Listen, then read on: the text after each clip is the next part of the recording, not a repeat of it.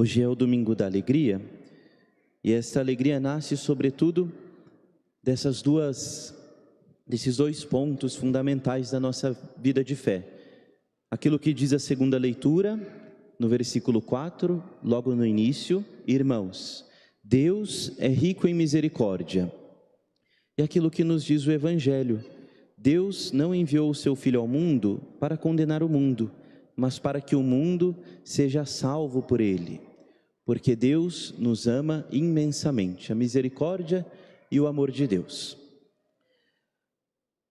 Na primeira leitura, é muito interessante a gente perceber que o cronista, ele faz uma leitura teológica daquilo que foi fato histórico.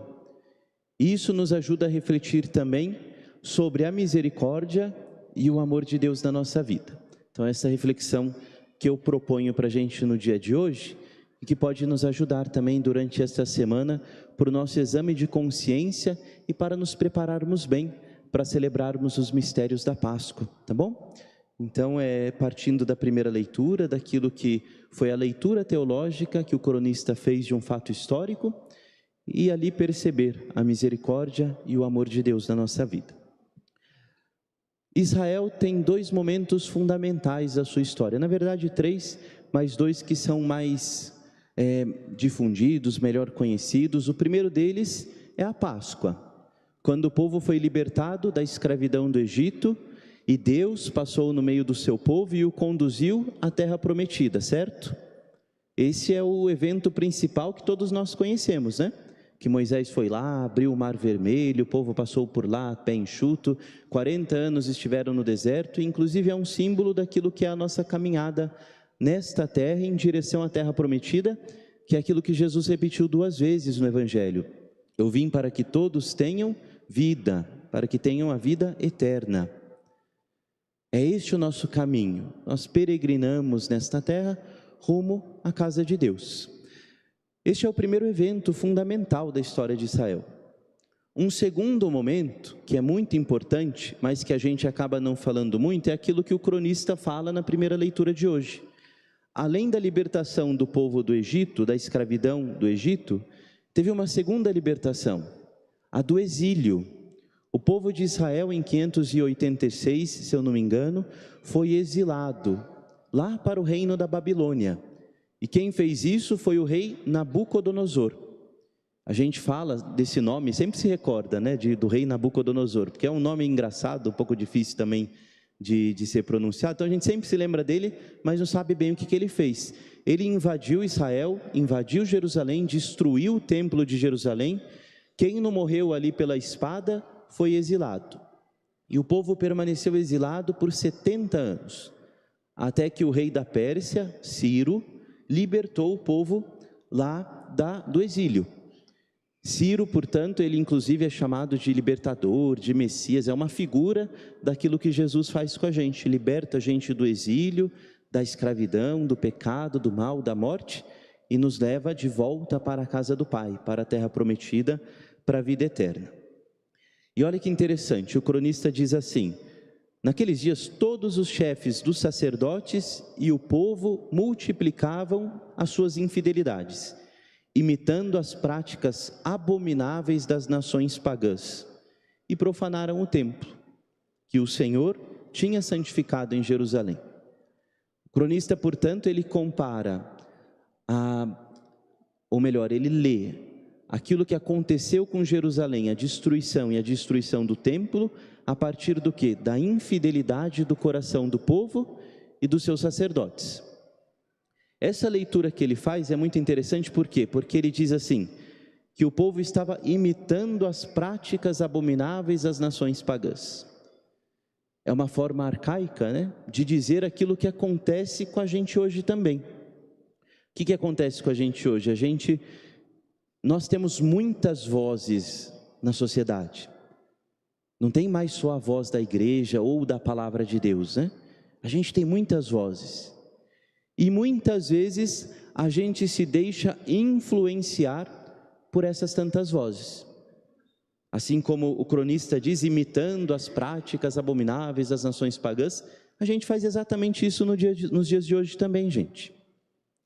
Por exemplo, hoje de manhã celebrei no encontro dos noivos, depois tive uma palestra com eles, né? E aí o exemplo foi esse.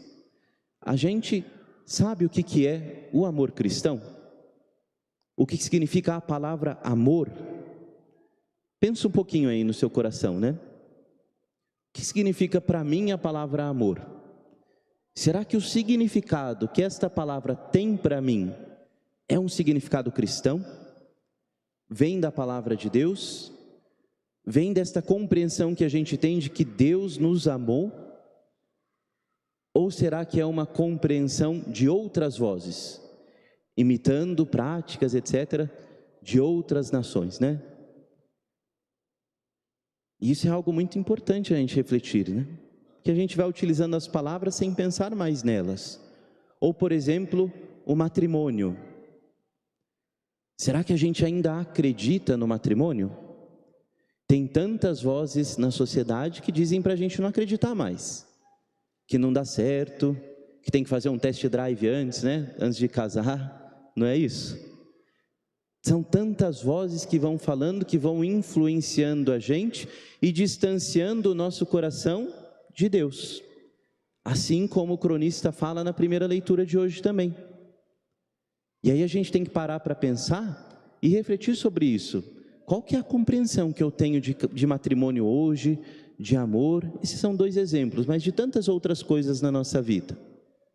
O amor cristão é um amor que vai até o fim, como diz São João, lá no Evangelho do Lava-Pés, da última ceia. Jesus, tendo amado os seus, amou-os até o fim. Portanto, não é um amor que seja eterno enquanto dure, mas é um amor que vai até o fim. Está vendo aí a diferença entre uma interpretação e outra? Entre uma forma de compreender o amor e a forma cristã de compreender o amor? O amor de Jesus é aquele que vai e é vivido na cruz, que é capaz de se sacrificar, de se entregar, se doar pelo outro. Aí a gente confunde o amor egoísta com o amor cristão. O amor que satisfaz as minhas necessidades e desejos, etc. E o amor cristão já não é mais por esse caminho, né? Mas é um amor que é capaz de se sacrificar na simplicidade, no cotidiano da vida. O amor de Jesus é aquele que é doação, que é entrega. Como nos diz São Paulo na segunda leitura de hoje, com efeito, é pela graça que sois salvos, mediante a fé. E isso não vem de vós. É o quê? É dom de Deus, é gratuidade, é de graça. Daí que vem a palavra graça, que a gente tanto utiliza na nossa fé cristã. Então é um amor que vai até o fim, é um amor que se sacrifica, é um amor que é doação, que é entrega e que é gratuito. Será que a compreensão que eu tenho de amor tem essas características? Ou será que não, né? E aí a gente está se deixando influenciar por outras ideias, outras vozes e não pela palavra de Deus. E isso vai distanciando o nosso coração de Deus, da compreensão que Deus nos propõe para transformar o nosso cotidiano e a nossa história. Então é importante a gente fazer essa reflexão. Mas olha só, o cronista ainda diz: embora o povo tendo se distanciado, os sacerdotes tendo imitado as nações pagãs, o que o Senhor fez? O Senhor, Deus de seus pais, dirigia-lhes frequentemente a palavra, por meio de seus mensageiros, admoestando-os com solicitude todos os dias. Por quê? Porque Ele tinha compaixão do seu povo e da sua própria casa. Um Deus compassivo, que está constantemente tentando tocar o nosso coração e a nossa vida. Um Deus que está ali, olhando para a nossa vida, para a gente, e dizendo: vem, volta para mim, né?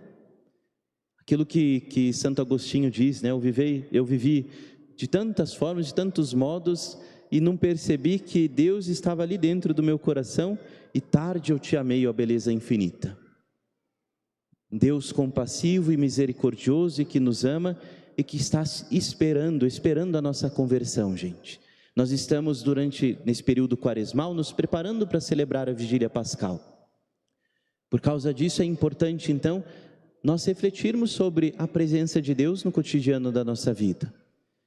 Será que eu tenho deixado com que o Deus misericordioso e compassivo habite o fundo do meu coração e transforme a minha vida? Ou tenho me fechado cada vez mais, me distanciando do amor de Deus? Será que eu sinto saudades, de ter o Senhor no centro da minha vida, da minha história, da minha existência? Só da gente vir da missa das 5 no horário do jogo, já é uma coisa bonita isso, já mostra que...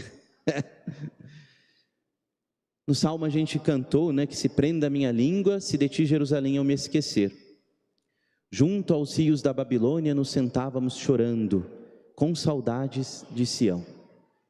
É preciso, durante esse período quaresmal, sentirmos saudade, gente, de ter o Senhor no centro da nossa vida, da palavra de Deus orientando a nossa existência, assim como o povo que estava lá na Babilônia, exilado, distante de Deus, sentia saudades de Jerusalém, da casa de Deus.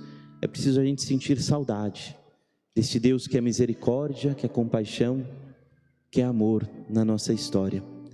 Vamos cantar o refrão do nosso salmo, pedindo para que o Senhor renove na nossa vida o desejo de tê-lo sempre, como a palavra que fala mais alto, como a interpretação de todas as palavras da nossa existência, do amor, do matrimônio, da justiça, da paz, da serenidade. Seja Ele o significado, o sinônimo de tudo isso na nossa vida. Que se prenda a nossa língua se algum dia nós nos esquecermos de que a casa de Deus é o centro da nossa história. Que se prenda a minha língua ao céu da boca, se de ti, Jerusalém, eu me esquecer. Que se prenda a minha língua ao céu da boca, se de ti, Jerusalém, eu me esquecer. Renovemos juntos a nossa profissão de fé. Creio em Deus, Pai Todo-Poderoso,